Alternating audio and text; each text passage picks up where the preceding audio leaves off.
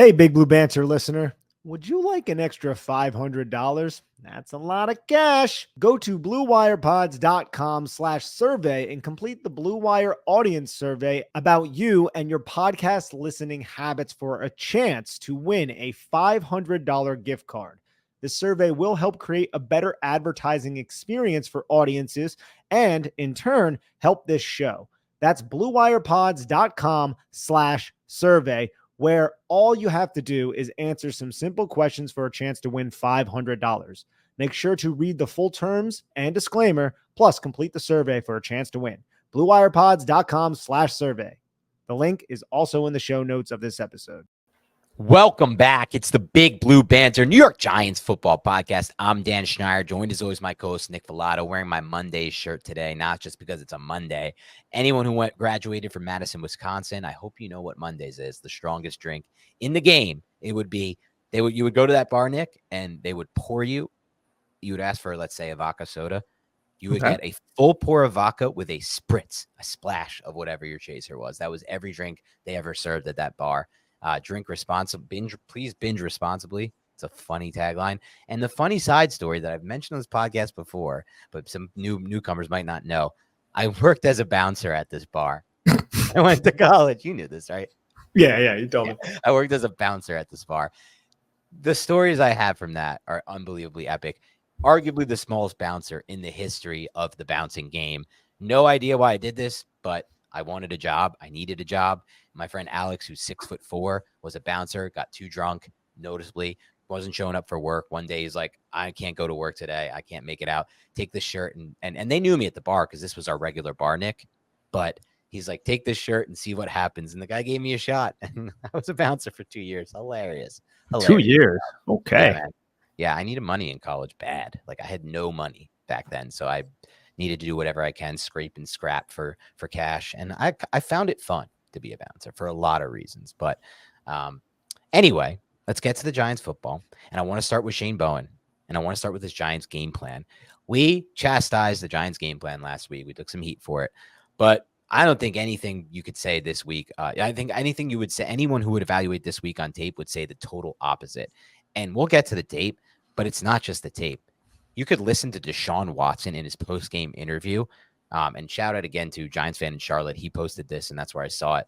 But Deshaun Watson talked about how much he was fooled by Shane Bowen, who, again, 25% blitz rate the first 2 weeks, 57% blitz rate. And Deshaun Watson got detailed with it, Nick. I don't know if you had a chance to listen to it, but he talked about how there were down in distances looks that he got from the Giants that they were not prepared for at all. And this is how you win football games. You confuse offenses and you give them things that they didn't prepare for. They spend a whole week, Deshaun Watson and his coaching staff, preparing for something that they're going to see that they've seen on tape that they expect to see in downs and distances. And your coordinator, you give him something completely different. Nick, I broke down. We can let this run now because I'm sure you have some plays you want to break down. So maybe we can let this one now. But I put together most of the Giants pressures, not all 36 of them. That's a crazy number. You had the stat on it. It was the most pressure since when for the Giants?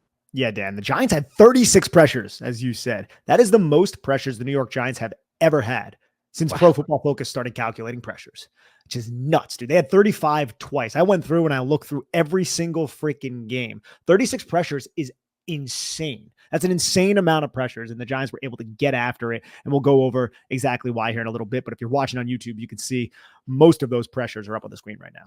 Yeah, I put most of them up here. It's just so many fun plays, blitzes from places they weren't expecting, a lot of games up front from the Giants. You saw that sack from Elijah Chapman, who got his first career sack, which is so fun. Look at how happy Dexter Lawrence is after that sack for Elijah Chapman. If you have a chance to reverse that, if not, no worries. Those of you who watched it saw it. But that also makes me happy to see Dexter Lawrence, one of the leaders of this team, just so happy to see this undrafted free agent get this first career sack. You watch him after this play. Oh, runs up to him and hugs him, man. It's just so cool for me to see the excitement come back to this team and this defense. We'll go over a lot of them, Nick. Obviously, you have the breakdowns, but I want to ask you first about what your thoughts are on Shane Bowen kind of going against what he had put on tape previously here and having a nice game plan for this quarterback and this offensive line.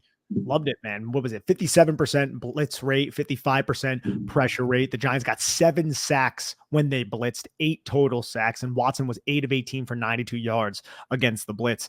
And the blitz wasn't just fire zone. It wasn't zone blitz. There was a lot of man coverage from Shane Bowen, which typically is not associated with Shane Bowen. A lot of cover one and a lot of cover one hold. The Giants weren't just running this vanilla cover one. Hey, I'm the safety in the middle of the field, closed look before the snap, and then I'm just going to stay there. No, the Giants were putting Dane Belton on the line of scrimmage and then dropping him to a center field spot. It almost seemed like Wink Martindale was the defensive coordinator at certain parts of this game, because the Giants, I think they ran middle of the field closed, meaning cover one or cover three, 71% of the plays. And that was middle of the field closed at the snap. Sometimes they transition from middle of the field closed to middle of the field open. I felt like in the second half, the Giants did a good job adjusting to that heavy man cover one defense that they employed in the first half. They adjusted to more of a quarters, middle of the field open type of approach in the second half. So I felt like Shane Bowen was adaptive. He kept Kevin Stefanski on his toes. The blitzes that was it. It was like, we smell blood in the water. We were just going to get after Deshaun Watson. We were going to blitz him until he freaking is buried into the ground. We are going to run twists and games up front. We are going to bring simulated pressures. We're going to bring fire zone. It was Shane Bowen getting into his bag, and it was an absolute clinic from Shane Bowen. And I'm so proud and so happy that he was able to do that against this Browns offense that, frankly, Deshaun Watson is not a good quarterback. Now, praise goes to the Giants defense, but Deshaun Watson, it looks horrible out there. And their offensive line was also pretty banged up. So the Giants did what any team should do in that situation, absolutely dominate this matchup, and they did. It almost felt like Shane Bowen took to heart last week against Washington and some of the criticism that, was circulating online. I know he didn't. I'm sure he doesn't read any of that, but it almost felt like that, dude, because he changed his whole game plan specific to this quarterback and offensive line situation, and it freaking worked. That's exactly what he did. And he proved, like you said, he can pull a little Wink Martindale out at times and just be a different guy than what he put on tape. And I expected that. Like, he's not some bozo dude who's just like sitting like, I'm going to run my same scheme every game. Like, look, he had a plan against Washington. It didn't work, but that was his plan, to play them the way he played them. Now he had a new plan against Watson in this offensive line. And you said it best, Nick. I felt like he got this quarterback rattled early, and the quarterback was rattled throughout. Look at that throw. I mean, it's just disgustingly bad. There were some of the worst throws I've seen on tape from a quarterback in the last 3 years from Deshaun Watson in this game, including some that were pressured, but some that were from a clean pocket and basic little crossing routes that he just could not get on target. His off-target rate, for me, I don't know what the numbers say, was just unbelievably bad. And I saw a stat today earlier that Deshaun Watson's EPA through the first 3 games. Now, again, EPA is a stat that I'm starting to learn is a little bit skewed, because I think it's more team-based stat than a quarterback-based stat. And I've learned that over the years now. Not to say that's a bad thing, because it means your team and your offense are doing well, but it's the lowest it's been in the last 10 years, dude. And that's guys like Brandon Wheaton and some of the crappy quarterbacks that have come through Cleveland, dude. Watson's been worse through the first 3 games than any of them. I think he's shot at this point, Nick. I don't find anything special about his game. I don't think he has special arm talent. I don't think he's making plays out of structure in a special way. And I don't think he's reading the defenses any kind of special way either. So I'm not sure what Deshaun offers at this point as a quarterback. I know he used to be good. I would almost love to go back on the tape and see what the hell happened in Houston. Because I'm more confused at how he was ever good at this point than why he's bad right now. And it's bad. It's bad. And again, credit does go to Shane Bowen, though, man. So much cover one, so many 5-man pressures, 6-man pressures. Again, the simulated in the fire zones and the slanting and the twists. You saw the pirate stunts where 2 individuals slant to the inside and then somebody from the opposite side loops around them both. One of the sacks, I think it was the Elijah Chapman sack, was that. Only Chapman was one of the slanting players. He wasn't the looper. Okereke was a looper. So the way Shane Bowen used the linebackers along with the defensive linemen in his pressure package is what really encouraged me. And that's what I hope to see more of if the Giants can stay in these situations where you're forcing 3rd and 4+, 3rd and 6+.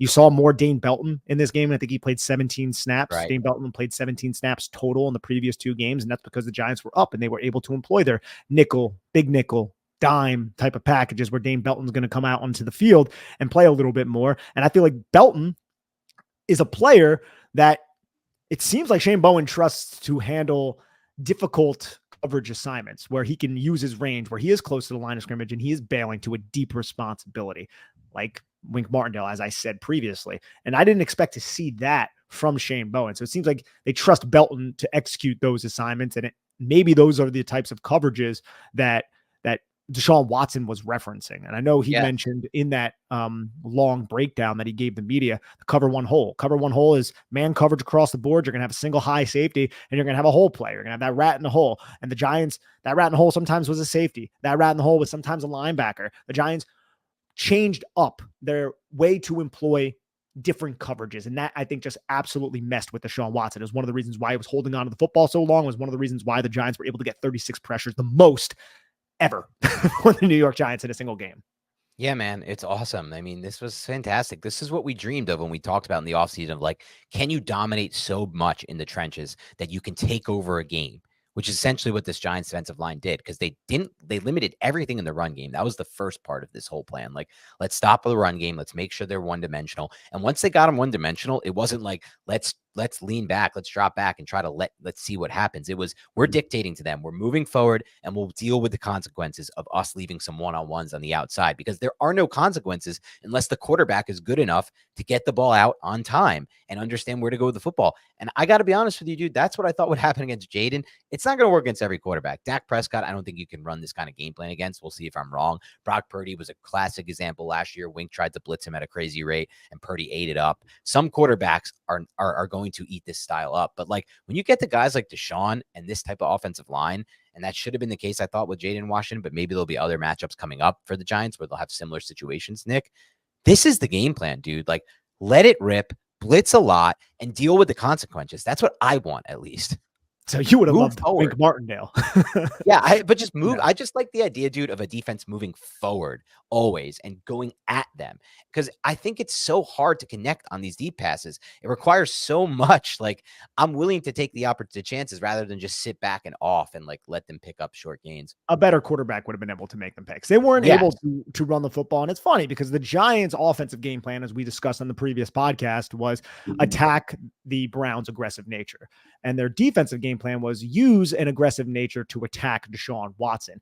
And Stefanski didn't really adjust accordingly, or at least successfully. This could be a product of the injuries on the offensive line and Deshaun Watson until midway through the third quarter, where it was a 2nd and 10 run, or I think it was a tight end screen. It was something to that effect where the Browns picked up a nice chunk gain, and then they ran a halfback draw to Jerome Ford, and the Giants ran themselves out of position. And that's one thing I want to say about the Giants defense overall. And the thing I'm most impressed by is how they kept the structure and the integrity of the defense intact basically throughout the game. They were very disciplined, and they were, I think, 2 sacks and multiple pressures and 1 throwaway that Dexter Lawrence played near the sideline, where the Giants sent pressure. They sent 5, and they were rushing. And you could see Dexter Lawrence or Elijah Chapman, a player on the defense, who rushed initially. And I think they understood that maybe they weren't going to get the pressure, or they weren't going to win their matchup. They weren't in the optimal position to defeat their offensive linemen. So they just sat back and kept their eyes on Deshaun Watson. It was like an adjustment, almost like, yeah, I'm rushing, but I'm also a quarterback spy. So if you try stepping up, because we know the Giants send those edge rushers wide, right? You have Brian Burns and Kayvon Thibodeaux and Azeez Ojulari, who looked fantastic in this game. You have those guys flying around the edge. That's going to force Watson, or that's going to force the quarterback to step up into the pocket. The Giants adjusted, and they had Dexter Lawrence and these interior guys to just wait basically for Deshaun Watson to step in the pocket, try to make something happen. And then those guys closed with and created a sack, a throwaway, or just rush the guy out of the pocket. So that was a nice little subtle adjustment. I call them tempered rushes from the New York Giants, basically like quarterback spies for the defensive linemen, who I don't know if it's like, hey, I'm going to spy the quarterback, if it was just a contained call, or if it was just a good individual effort by that player. Yeah, great breakdown. It's exciting, man. They were an exciting defense this week, and they really dictated to the quarterback. And you're right, it probably won't work against every single quarterback they face, especially the good ones. But in these matchups, this is the plan, and I'm excited to see it. And we'll talk a lot about the players too. There were some really freaking good games from the players that we expected the Giants to make. Like, the whole thought we had this offseason, Nick, was if this team clicks, what's going to happen is Dable's going to make the offense quarterback proof, and the defensive line is going to take over games on the other side of the ball. That's essentially exactly what happened this game. Now, I want to give credit to Jones. Jones played a good game. We broke that down. So don't try to spin words and put him in my mouth. I've already broken down how he played a good game. But this offense is neighbors. Like, this is a quarterback. We're not throwing the ball crazy lengths downfield. We're not taking hole shots. We're not throwing seam balls. We're not throwing outside the numbers really, or down the field very often. It is what we said. And the D-line did dominate this game, Nick. Brian Burns, amazing game. Dexter Lawrence, amazing game. 9 pressures from Burns, 7 from Dexter Lawrence. Azeez Ojulari, dude, looked phenomenal in this game on limited snaps. Kayvon, pretty good. I would say less. I would say for me, the least impressive of the 4. But Elijah Chapman got involved in a spot where he can get a sack, right? They put him in a place where he can rush the passer and use his athleticism and speed and quickness. So this is what I wanted to see all year. I'm happy it only took 3 games because I was getting a little worried. It wasn't good. It was going to be a situation where we're like last year, where we're like the Giants D line could be one of the best in the NFL because we thought we'd see a huge jump from Kayvon. And it was like, shit, the Giants D line is not one of the best in the NFL. But this year, this game, it felt like one of those times, and I haven't felt this a lot as a fan, dude, where like you are overwhelmed completely as an offensive line, your offense, like Watson and that O-line. There was no options. No, there were no options. And it was also scheme as well. Like, yeah. It wasn't just the individual efforts of the players that you were naming. So I'm bringing up a play right now. This was early in the game, 1st and 10, 11:23 left in the first quarter. And this is deliberate. You're going to have Dexter Lawrence as a 1 shade, and he's a 1 shade towards Azeez Ojulari, who is in a 2-point stance, not in a wide 9, but not necessarily in a 5 technique, outside of the 5 technique of DeJuan Jones, the offensive tackle. So how is the Browns offensive line going to block this up when the Giants send Micah McFadden, who is just outside? You can see a shadow on YouTube by Azeez Ojulari. He's just outside. The Giants used these well-timed blitzes with these outside defenders being linebackers, sometimes Cordell Flott, sometimes Jason Pinnock. Everyone was getting involved in these. But we know that the Giants, when you align Dexter Lawrence in a certain direction, you're going to dictate eyeballs. So 77 is going to handle Dexter Lawrence, who's a 1 shade to his inside. So that's going to leave Azeez Ojulari in a one-on-one matchup against 79.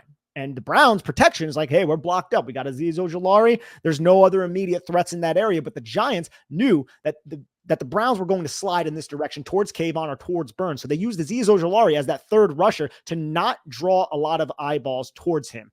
And in doing so, you can scheme blitzes and scheme pressures in that direction to create a 2-versus-1 matchup. And that's exactly what happens here. Look at Micah McFadden coming. You have a 2v1 on 79. Azeez Ojulari is going to slant inside. Who's picking up Micah McFadden? Nobody's picking up Micah McFadden. Right. This play ends up going incomplete. The Giants did this several times throughout the game, and they did it towards Azeez Ojulari deliberately, and they had Dexter Lawrence as the 1 shade towards Azeez Ojulari to occupy the eyes of that guard to that side. So I absolutely love that because it's so subtle. And it's getting into the weeds of your personnel and how your personnel is going to dictate what the other team is doing. And what is Dexter Lawrence doing? He's going inside 77 steps. Nobody's on 77. Right. 77 is a wasted blocker at this point. It ends up being a screen anyways to Jerome Ford, and Bobby Okereke is on that. But Micah McFadden hits Deshaun Watson. This ends up going incomplete. And that's because that's a 2v1 at that point. Yep, you broke it down perfectly, and he sped up the clock. And so, these designs are definitely catching this quarterback a little bit by surprise, catching this offensive line by surprise, and forcing them out of the spot they want to be in. Yeah, and do you want to go through some of these other plays? Sure, but let's break them down.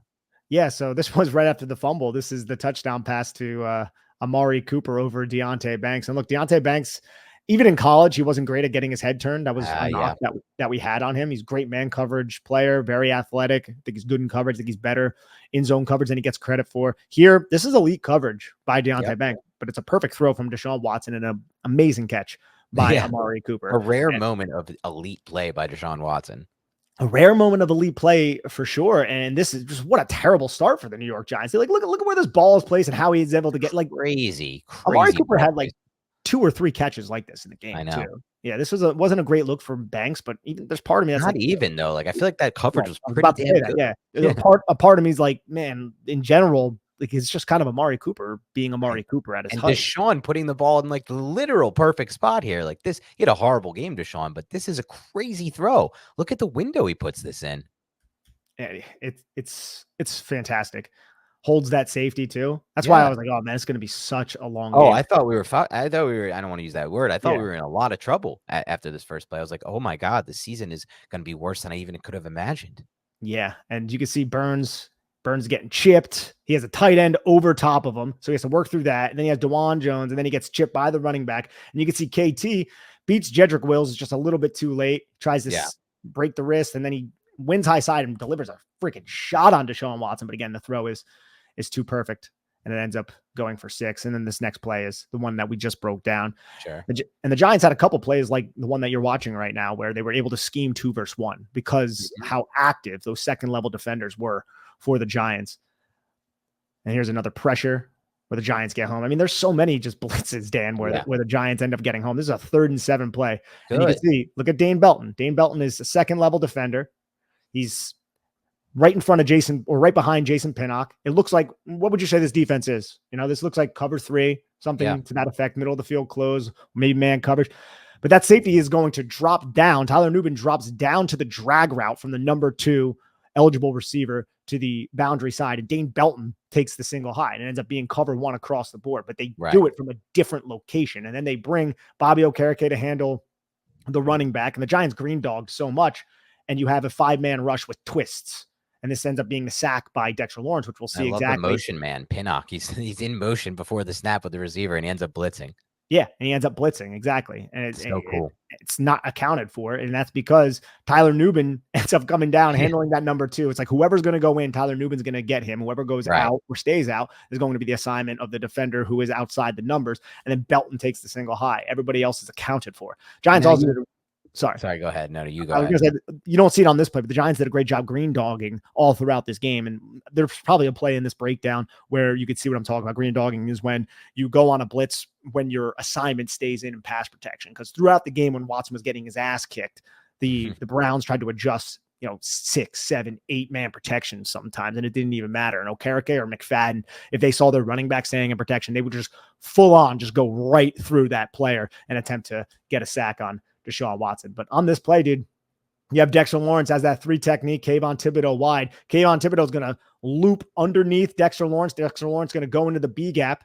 Kayvon gets picked up by 55, and you can see how 75, Joel Bitonio, he thinks he's passing Dexter Lawrence off the Jedrick Wills, and everything's all hunky-dory. He doesn't even know Jason Pinnock is on the pressure. Jason Pinnock's not accounted for by anybody except for Jedrick Wills, and that puts the Browns in a bind, and that allows Jason Pinnock to bend into the pocket, and Jedrick Wills comes off Dexter Lawrence, and Dexter Lawrence ends up getting the sack. So, again, you're just confusing the protection, and you're doing things that you didn't really necessarily put on tape through the first 2 weeks.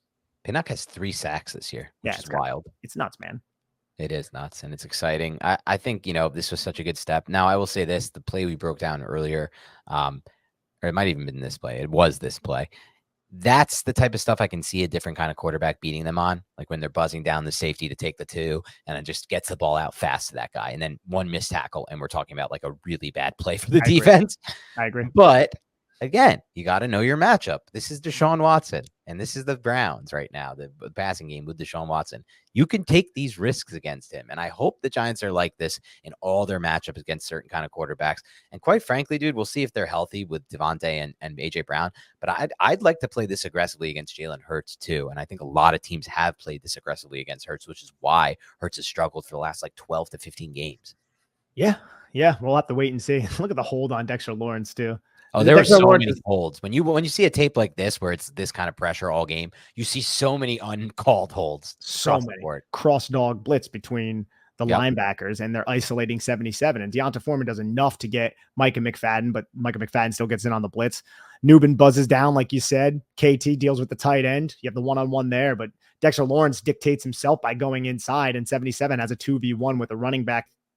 I guess you could say he's in the protection off the play action. It's just a tough situation for the protection to pick up. There's so much games and so much twisting and slanting from this Giants defense. It was so hard for the Browns to really get on the same page, especially with all the injuries they dealt with. And here's the Pirates stunt we were referencing before, the sack by Elijah Chapman, where he just pries himself through this A gap. And you can see how that low nature of Elijah Chapman really comes in handy at this point.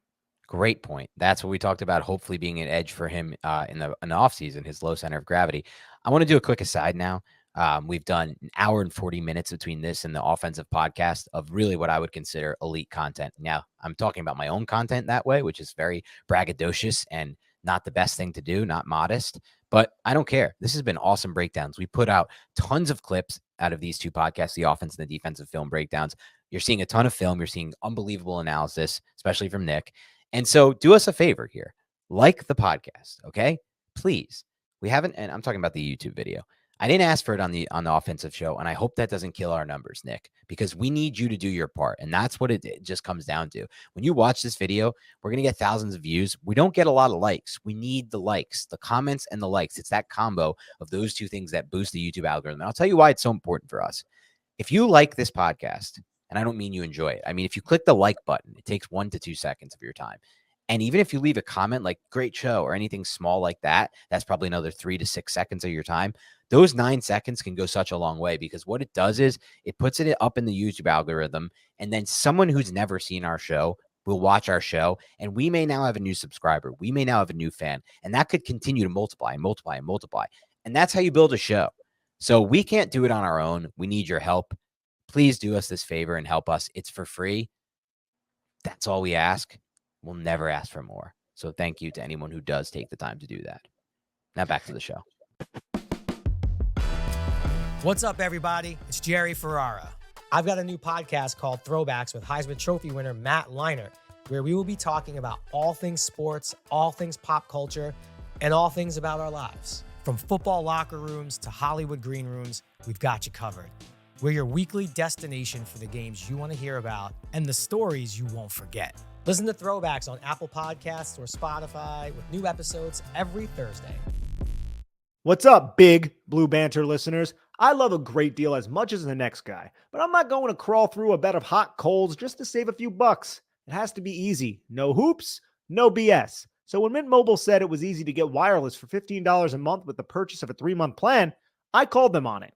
Turns out, it really is that easy to get wireless for $15 a month. And all of Mint Mobile's plans come with high-speed data and unlimited talk and text delivered on the nation's largest 5G network. You can use your own phone with any Mint Mobile plan and bring your phone number along with all of your existing contacts. To get this new customer offer and your new 3-month premium wireless plan for just $15 a month, go to mintmobile.com/BBB. That's mintmobile.com/BBB. Cut your wireless bill to $15 a month at mintmobile.com/BBB. $45 upfront payment required, equivalent to $15 a month. New customers on first 3-month plan only. Speed slower above 40 gigabytes on unlimited plan. Additional taxes, fees, and restrictions apply. See Mint Mobile for details. All right, guys, it's the best time of year. Football is back. We're talking NFL Sundays, college football Saturdays, and that glorious grind of fantasy football lineups. This is where your inner GM comes alive, setting the perfect fantasy roster, screaming at your television, and making last-minute waiver moves that either make you a hero or the guy everyone ridicules in the group chat. But listen, while you're over here making sure your fantasy team is dialed in, don't let your personal grooming become the guy that gets left on the bench. Let's be honest, nobody wants to fumble their grooming routine. That's where Manscaped's Performance Package 5.0 Ultra comes in, acting as your all-in-one grooming playbook. From keeping things sharp down below with the Lawnmower 5.0 Ultra to taking care of those rogue nose and ear hairs with the Weed Whacker 2.0, this is the lineup that'll keep you looking and feeling like a champ, on and off the field. Join the over 10 million men worldwide who trust Manscaped and get ready for kickoff by heading over to manscaped.com.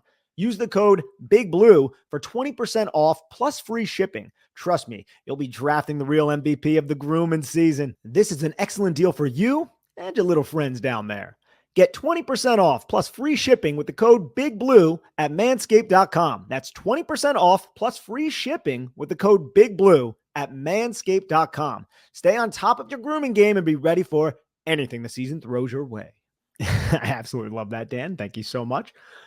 And now we're going to go into 1st and 10. This is the strip sack by Brian Burns. Huge play in the game. The Giants just scored their first Malik Neighbors touchdown, and the Browns are just like, hey, let's try to get in the field goal range and get some points on the board. And what happens? Brian Burns, that acquisition, comes up with this big sack on Deshaun Watson, wins around the edge, strip sack. The Giants end up scoring again. And this wasn't even this like crazy blitz or anything. This was just Brian Burns winning around the edge. Brian Burns had a fucking game, man. Oh, I did it. I cursed. He had a hell of a game. Yeah, I know. And this is a 4-man rush. You have, one hole, I believe, looking at the coverage, it looks like. And you can see how the safety, even though they're in cover 1, that safety shades where? Over the top of Deonte Banks towards Amari Cooper. Yep. Everybody else kind of has a little bit of a cushion. Roll this back to the pre-snap look when you get a chance. Yeah. So here we go. So here's the pre-snap look, right? And Flip we back talked look. about the situation here. The Browns are in pass mode. They're trying to get some points before the end of the half, and they're looking to get into field goal range. You just keep it on it for a quick second. Look at how different this pre-snap looks versus all the pre-snap looks we saw last week against Washington. It's night and day from a space. There's so many more players near the line of scrimmage. And I know it's a different look. It's cover one, but like, this is kind of the point we were trying to make. And like, I feel like there's very few times, Nick, where I want to see the space that the Giants provided last week again in any game plan, no matter who the quarterback is. I just don't personally believe too much in giving that much space as a defense. Like, I think that this game is around the line of scrimmage. Get your guys around the line of scrimmage. Take your chances. Giants are in a pretty aggressive look here pre-snap for what the situation is against this personnel, and it works out. It works out because Brian Burns. Because of Brian Burns. And DeJuan Jones did not have a good game, but he had a lot on his plate. He looked like he had a good rookie year, but a really bad game. Yeah, he looked like the reason why he ended up falling. I think a big reason why he ended up falling in the draft, though, was conditioning and things of that nature. Now here we are, quarter 3, 14:55, 2nd and 10. Giants end up getting home on good old Deshaun Watson. Just blitz like crazy. Bobby Okereke gets in. He sees that Jerome Ford is staying in protection, so he just becomes that quarterback spy, kind of like what we were referencing before. It was defensive lineman. Giants press the line of scrimmage. They even send Tyler Nubin down. Charles Tillman stays, and you can see how the Browns, I love watching early plays in the half to see what the adjustments were. What are the adjustments that the Browns are employing on this 2nd and 10? Maybe we should keep a lot of guys in protection. Yeah. We need to stop the blitz and the pressure of the New York Giants. That was the adjustment, and it didn't even matter. This ends up being a 2nd and 10 sack. Sets up this 4th and 16, or I'm sorry, 3rd and 12, 14-16 left. You're going to get a quarters blitz. So now we see an adjustment from the Giants. It was a lot of cover one. It was a lot of cover one hole. Middle of the field closed. You have a middle of the field closed look pre-snap, and the Giants are going to go to something that is a little bit more aligned with Shane Bowen's DNA, a quarters look. So you get a 3rd and 12 blitz from a double A mug look. 3rd and 12, Flott comes in on that extra pressure, and in the quarters look, Deshaun Watson nearly throws an interception to Brian Burns. That's Brian Burns right there. But you can see how this is, each of those deep defenders have a 4th. Both of the safeties in the middle of the field, they're reading the release of the number 2, and the curl flat defenders are sinking underneath, and the Giants sacrifice one of their coverage defenders to bring him on the blitz to get pressure on Deshaun Watson. Deshaun doesn't even really recognize Burns here. No, I don't think so. Burns, he bails, he sinks right underneath 3. Really bad stuff from the quarterback there. Yeah, and look, on the line of scrimmage from that double A look, you have Dane Belton bailing to that secondary middle hook responsibility with Flott. You see they're replacing. This is just, like, if you were to do this against most quarterbacks, though, this is why I want to, keep this keep this praise tempered a little bit. And I think the praise is warranted. Don't get me wrong. But most quarterbacks are picking this apart. Like, watch how Dane Belton is bailing from the line of scrimmage, and then you have Cordell Flott coming all the way from like near the numbers to the field. I think that's so much. So Deshaun Watson's just not the quarterback. His eyes are just not in the right place in this play at all. He's just looking to his right this entire time. Yeah, where he should be the opposite. Well, it's not even just that. If you're going to look to your, if you want to look to your right, that's fine. I think he might be hoping that boundary receiver wins on this quick curl, Cedric Tillman, but he doesn't. And then he panics and just throws to the apex, but you don't have that apex if he's curling to the inside. Now, I don't know Elijah Moore that is. I don't know if there was an out route or if it's a choice. I also didn't think Kevin Stefanski. I was going to say, this feels very Jason Garrity, these route combinations here. This is look ugly to me. I felt that way throughout the game too. I felt like they really designed a lot of plays. Coach of the year. That made it difficult for Watson, especially when Watson was playing so poorly. Longer developing plays and things that weren't as quick. That was a crazy bad Designs that last one. But then the Giants, they come back out in cover 3, which are like, oh, okay, we're going to run cover 3 Right. towards the red zone at the 30-yard line. Deshaun Watson has Elijah Moore wide open. Wide and open. Misses him. That's a good Blew route this by one. Elijah Moore, too. Oh, God, that's so frustrating if you're a Browns fan, too. Yep. 2nd and 10 play. Moore is wide open. Watson just misses. Newman, man, he's this middle of the field close safety. He's more shaded, though, towards Amari Cooper.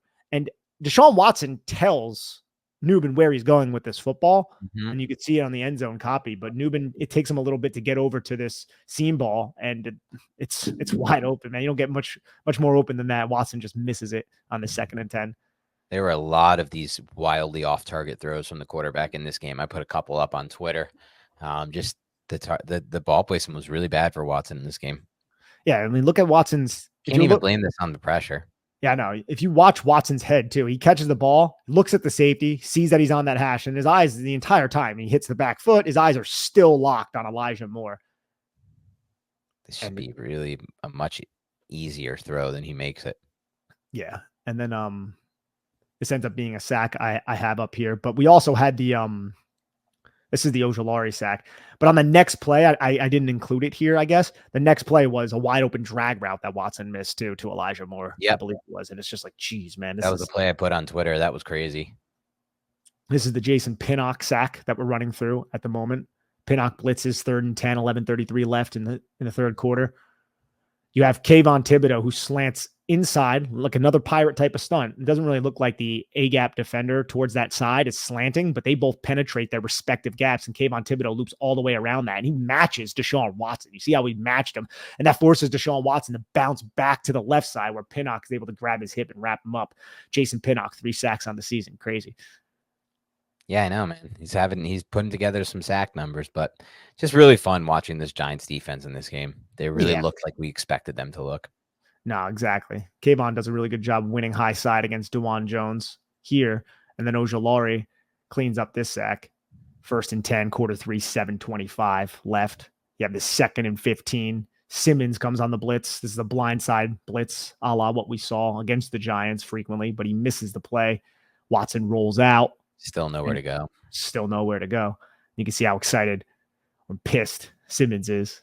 But the Giants just, like, as you're watching this, you're just seeing so many different and creative ways that the Giants are able to get into certain coverages by using their safeties and their linebackers in certain pressure packages. I'm happy to see the complete difference in game plan. Little nitpick for me there, but I do not at all like the angle that Simmons took towards the quarterback there. No, same here. I don't even think that's a little nitpick. He goes, look, man, you have interior pressure. You got to contain. That's what I mean. That part. Bring him back, force him back inside. I don't know why you're taking that angle, and that would have been an easy sack if you forced him back inside. Yeah, and Burns, again, defeating the tackle and then Burns had a great game in this, man. I can't wait to see our superlatives to see who exactly is the best player, because it's hard to really take it away from Dexter Lawrence. We're about to find out. Yes, we are about to find out. And I wanted to just point out the good communication, because communication has been such a sticking point all throughout the offseason, right? Now you're going to see this is a 1st and 10 early in the fourth quarter. The Giants are going to get to a one high, single high look. And the safety is going to come down over the running back and match him there. So the Giants get mismatched with Mari Cooper coming over the middle of the field. Deontay Banks isn't in position to really clamp down on this drag route, this horizontal cross. So he pushes him to Micah McFadden. And you can see Micah McFadden push Amari Cooper to Bobby Okereke. And if you're watching on YouTube, you see Bobby Okereke's eyes. He has a receiver right in front of him, Elijah Moore, with another defender near the numbers. But you can see Bobby Okereke's eyes. Like, he hears Micah McFadden hear like this push call. Bobby Okereke just comes off and then just assumes Amari Cooper. And then what does Micah McFadden do? He understands Amari Cooper is now not my responsibility. I need to go and take that other receiver, that other eligible receiver that Bobby Okereke initially had. And this is a little check down, but then Micah McFadden is right there to clean this up. So I just appreciated this communication from Deontay Banks to Micah McFadden to Bobby Okereke. It doesn't seem like much, but at least shows that they're able to pass these routes off. And then even after the routes are passed off, understand like, hey, I also have this assignment I need to go execute. And McFadden, somebody who historically has not been great with these types of assignments through his initial part, mainly his rookie season back in 2022, really did a good job here, in my opinion, especially because he has to account for the RPO. So you have to account for the RPO, then you have to robot, locate, push, Okereke does a great job, and then he comes and finishes the play. Love that. Agreed. Anything else film breakdown wise before we get to superlatives? No, we can get into the superlatives. We ran through a lot of those, and it's just a ton of exotic pressures, looks, twists, and a great job by Shane Bowen. And a great job on the run defense as well, which we'll get to in the superlatives. But before we get to that specific point, let's get to the superlatives. Let's do unheralded player on tape for you. Unheralded player on tape. I'm going to go with Azeez Ojulari. Okay. He could have been the highest effort, but look, he's the third pass rusher. You went out to acquire Brian Burns. So you're replacing Azeez Ojulari as a starter, and Azeez Ojulari has struggled to stay healthy. So there's a reason for that, but he's able to play 20 snaps here, 25 snaps, and have an impact. And it's really that high side bend that he displays that I really appreciate. So for an unheralded player, I think Cordell Flock could have got this. He's somebody that I've been very hard on over the last couple games, and I think rightfully so, but he had a bounce back game here that I was really happy to see. They're going to need him. And I think in general, there's a lot of players that could fit into this, but there are a lot of heralded players as well. So I think Ojulari is a player that I'm going to settle on here. My pick is Micah McFadden. You broke down one of the great plays that he made from an unheralded standpoint. I love the pressure he had. We broke that one down earlier. I think he's just he's playing a lot faster, and he was last year too, but he's playing even faster. And I'm happy that he's assimilated to this defense faster than maybe some expected he would. Some maybe build him as just a, Wink Martindale kind of guy. I don't think he is. I think he's playing good football. I think he was a find for the Giants. I think if we saw a different player in his spot playing this number of snaps, we would see a much bigger drop off than we think right now. Okay. How about highest effort player on tape for you? Yeah, highest effort player was Micah McFadden. Micah McFadden was flying around. This could have went with Brian Burns as well, but I wanted to maybe make it dramatic to see who's going to get best player overall, Brian Burns or Dexter Lawrence. And maybe I want to spice it up because Dexter Lawrence gets it every damn week. But Shane Bowen puts a lot on the plates of these linebackers. And it was good that Micah McFadden stepped in here and was very sound against the run, and the Giants were able to keep the integrity of the defense intact. So I'm going to go with McFadden on this, the highest effort player. I had Brian Burns for this one. Look, he's dropping into coverage at times and nearly pick sixing it. He looked like he was making such an effort on both his pass rush plays and when he was defending the run. So he's done that all season. He's been a better run defender than people realize. This was finally the game where it pays off for him, and the stats start to show up for a player who has been looking for stats in the first 2 weeks. So I'm giving it to Burns. How about best player overall? Yeah, it's Dexter Lawrence. Yeah, I wanted to give it to Brian Burns, but Dex is just insane. And one of the reasons why Shane Bowen was able to get very creative is just because the Browns had to pay so much attention to Dexter Lawrence. Yeah. Like those alignments pre-snap are a big deal because it does occupy that one guard, and that allows that 2v1 to be schemed up. We had the one broken down, which was a screen, mind you, but there were other plays where Flock got involved and Pinnock got involved where those 2v1s were schemed. And a lot of it is because Dexter Lawrence commands so much attention. It was close for me between Lawrence and Burns. It really was. Burns had a forced fumble that really changed this game, in my opinion, because it gave the Giants that opportunity to have a quick turnaround, and the offense answered. They scored that touchdown. That pretty much decided the game, in my opinion. So impact plays-wise, I would say it is Burns, but I'm going with Dexter Lawrence because if you just watch the film, he is the most dominant player on the film. And it's not even close. I saw a stat today, Nick. Dexter Lawrence is one pressure away from having, and we're not including Aiden Hutchinson, or we will, from having the second most pressures in the NFL. He has 17. The second most is 18. Hutchinson is 25. Hutchinson is insane. But he's almost the second most pressures. He's the third most pressures in the NFL, and he plays defensive tackle. Everyone else on that list was an edge guy, Nick. So, it's just phenomenal what he's able to do. He's redefining it. And he's doing it at 340 pounds. It's not like he's some little 290-pound dude who's just used in this specific system. 290 pounds. Yeah. Or just little for a D tackle. Then just used to shoot every gap and and it's a scheme-based thing. This is a player-based thing. He's that dominant football player. I think he's the best defensive player in football. He played 80% of snaps in this game. That scares me. The Giants kind of need him to play that number because they're so bad behind him. I'll tell you what, when we get to draft season, I will be strongly scouting the interior defensive lineman, and I hope they make a day 2 pick on the interior defensive line because you can usually get great value on day 2 on the interior defensive line and really phenomenal players. The Giants have obviously done that over the years with players like Dalvin Tomlinson, among others. So we'll see what happens when that comes. Player we expect to see more from. Yeah, it's the only player that really comes to mind. That's Deonte Banks. So okay. Yeah, he lost. Like, I don't even think his coverage was really bad, but you had to get your head around it. And if he got his head around, some of those could have been interceptions. And when you lose, like, I would say 3, like, what the hell type of catch attempts to Amari Cooper, and you don't really win too many. And if Cedric Tillman was good, then he loses that 4th down play as well. Even though he was in good coverage, the ball hit Cedric Tillman between the 1 and the 9. You got to catch that. So that was bad. It's an obvious Deontay Banks. Yeah, I think Banks is the fair call. But I'm still going with a different player here, Nick. And this is a tough love one. It's just my expectation and the bar is set so high. It's Kayvon Thibodeaux for me. My bar is set really high. Yeah, I'll tell you why I think that. I think from watching this tape, and you may disagree with me, this is just my opinion, that Azeez Ojulari was the better pass rusher this game than Kayvon Thibodeaux, with fewer opportunities than Kayvon Thibodeaux. And I don't think it was that particularly close.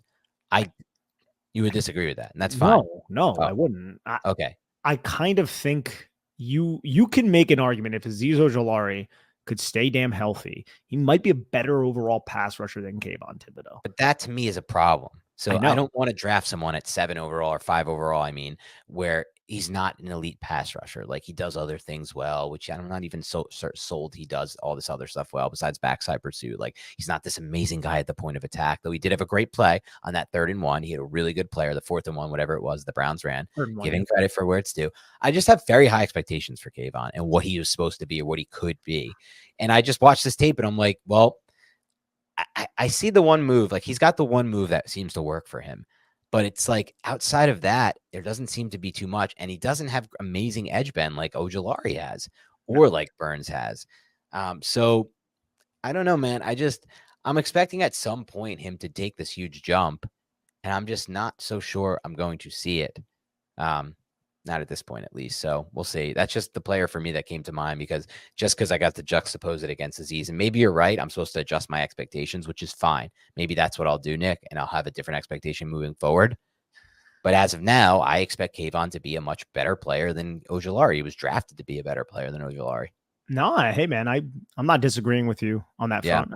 Again, I believe you can make an argument, a plausible argument, that Azeez Ojulari is a better pass rusher because the threat that he poses offenses on the high side. And we saw it, I think, 2 or 3 times in this game where the bend, his footwork through contact while he is getting his hips oriented into the pocket is much better than Kayvon. And I thought Kayvon took a step forward, but it's also just the natural athletic ability and the natural fluidity of Azeez Ojulari is fluidity. It's much more dynamic than Kayvon. Like the best not rep, winning power either, man. And that's right. What he's supposed to be doing. He's supposed to be winning power, and he's not winning power. So then I think about it like the best rep I thought I saw from Kayvon was the rep that he always kind of wins with, and it was against DeJuan Jones. It was kind of where he dips his shoulder and gets around the high side.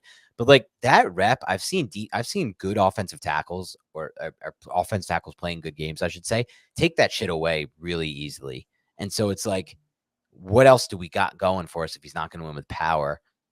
I don't know. Look, this was a game where the Giants had 36 pressures and 8 sacks, and I felt like he was the 4th best pass rusher at best on this team in this game. So it's just like, I don't know. Well, he's not drafted to be that at 5 overall at all, right? Like Aiden Hutchinson has 25 pressures this year, dude. I mean, that was supposed to be the type of caliber pass rusher we were getting in that class. It's just like, look, Derek Stingley, right? Sauce Gardner, these are guys that ultimately might have been more impactful by a margin, it's starting to feel like, than Kayvon there. And that's what starts to scare me a little bit because I needed a blue chip. We need blue chips, dude. Like we can't just have Evan Neal and Kayvon Thibodeaux be a pretty good player in Kayvon and then the other be on the bench. It's just hard to win football like that. They're doing it. They've won a game this game, but it's like long-term expectations. I think the crappiest thing about this conversation is you can make a real argument that Wan'Dale Robinson is the most impactful player from that draft class. And that's not a slight on Wan'Dale, but Wan'Dale Robinson is who he is. And I think he's a very good football player. That's a slight on Kayvon Thibodeaux. Obviously Evan Neal, but Kayvon Thibodeaux too. We do need a little bit more from him, especially since, and he sees chips sometimes, but it's not like everything's going to Dex and everything's going to Brian Burns. This is the year where Kayvon Thibodeaux needs to come up with these big time plays to get the defense off the field, especially when he has plays Right. schemed up for him where he's the looper or he's the player who is going to have the more direct path depending on if the offense plays it the way that you expect the offense to play it. And Kayvon just hasn't necessarily done that. I didn't think he played poorly. No, but he you're did right. not. But you're right. It's one of those things where you watch and you're just like, I need to see a little more. And that's kind of just been Kayvon Thibodeaux throughout his entire NFL career. It's like, it's not bad. He's But had I'd a like few to see a moments little where more. he's gotten to that level. The Jets game, the Washington game, like he's had his moments, right? The Seattle Baltimore game, Seattle game, like, and two of those were just big plays at big times, but and not the Washington and the and the other one I mentioned that I'm already forgetting, but because I'm trying to get to the next point. The point that I'm trying to make here is he didn't have a bad game. He was good on tape, but here's what I'm trying to make. Think about it like this. Let's frame it like this, then we'll move on. Who out of his draft class or who out of any player that was drafted that high has a better situation than Kayvon Thibodeaux this year? He has Dexter Lawrence and Brian Burns taking away attention from him. That is the best situation in the NFL for anyone. Like I can imagine. He is that you have to be better, in my opinion. Like if he was just the lone guy the Giants put on their D-line, like our whole pass rush is Kayvon Thibodeaux. We drafted him 5 overall. Do your best. We won't add that much talent around you. I can understand. Look, he's getting attention every play. It's hard to win, but that's not the scenario, right? Like this is the best case scenario that he could be in with those two guys on his team, Lawrence and Burns. So I don't know. I just think it's what you said. I don't see him winning with power very often, and I don't really feel like he has a huge repertoire of moves, and he doesn't have great edge bend. He has that one move where he does the dip and rip, and it's like, all right, let's figure something else out here. Like I don't know, man. I just expect in a game like this to have seen more amazing plays from number 5. I guess I agree. And before we go on, you see with Brian Burns doesn't maybe have the power profile. I think he's stronger than he gets credit for, but the power profile that Kayvon Thibodeaux has. But we see Brian Burns employ a few different moves. Yes, he's a elite high side rusher. He can win high side because of his bend and his explosiveness. But how many times do we see that inside spin move? He hits an outside spin sometimes, or he just slants inside and he uses his agility and his flexibility to make the defensive lineman miss or the offensive lineman miss, right? Like he can do all those things. You just don't really see any of that from Kayvon. No, in addition to not really being the best frame, in my opinion, for run support. So I just, I don't know. He's much better than he looks in that regard. He plays above his frame, I guess I should say. But yeah, I don't know. Just let's keep an eye on that. Hopefully he starts to evolve into a different player. Let's wrap up here with pass rushing grade 1 through 10. I'm excited to see your number. Mine is ridiculous. Yeah, mine's a 9.5. Okay. And the only reason it's not a 10 is because you were playing Deshaun Watson. And I think if you had like Andy Dalton back there, Giants probably wouldn't have had that kind of a success. But I mean, the end result is the end result. The Giants kicked the crap out of the Browns there. Crazy that we used Andy Dalton there. And that's my point. Yeah, it's crazy. The quarterback position is nuts right now in the NFL, man. I mean, Andy Dalton became the only quarterback this year to throw for 303 TDs in a game. And you watch that tape, dude, he is dissecting things. Like he's moving through reads. He's just fucking dropping balls into crazy spots. I'm like, what is this, Andy Dalton? What is this? He wasn't even this good when he was with the Bengals. And he's now 36 or whatever. So that's wild. But I went 9-9. This is as perfect as a pass rush as I could hope for here. 36 pressures, most in Giants history, basically, or at least since they started tracking them. 8 sacks. Like, I can't get better than this. How about run defense? Interested in your take there. Run defense, geez, a 9-1. I mean, the Browns couldn't really get anything going on the ground. That the Giants were elite in run defense, especially when you consider what they put on tape last week against Washington Commanders, whatever the hell they call themselves now. So yeah, I'm going to go with a 9-1. Yeah, one mistake on defense, the one you talked about, a little bit over aggressive, and they ran the draw. But no, outside of that, 10-yard gain though. I know it was only a 10-yard gain, so I went 9-5. I mean, I don't see how much better it could be. This was a dominant performance by the Giants defense, man. There was like a 2 or 3 play stretch where the Browns moved the football, where the Giants missed a few tackles, and they looked like week 2 New York Giants. Other than that, and it was at that time when everyone's butthole was getting a little tight because it seemed like the Browns were actually going to mount a comeback against the Giants. But other than those like 3 or 4 plays, this defense was insanely talented against this team.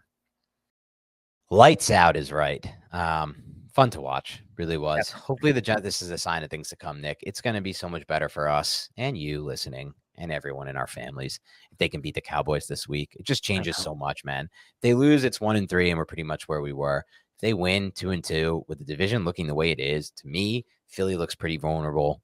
Not that vulnerable, but pretty vulnerable. Dallas, Dallas, man, this could be ugly year for them. And Washington, I know they beat us, but I feel like we stupidly lost that game and we'll beat them next time. And I'm not really worried about them long-term for the 2024 season, meaning like the rest of the season. So let's see what happens, man. Thank you for tuning in. Please like, please subscribe, please download, please leave a rating review on iTunes. Those are the 4 keys. And you know what? We want to do a mailbag soon. I was going to talk to you about this. I didn't bring it up to you off pod, but it's probably not going to happen this week because it's a short week. But after you're right. that, It's definitely not going to happen this week. I forgot we're playing Thursday for a second. I forgot that. So this week's not going to happen. This week's going to be a preview Wednesday, followed by the Thursday game, the recap, and then the film either Friday or Saturday, one of those 2 days.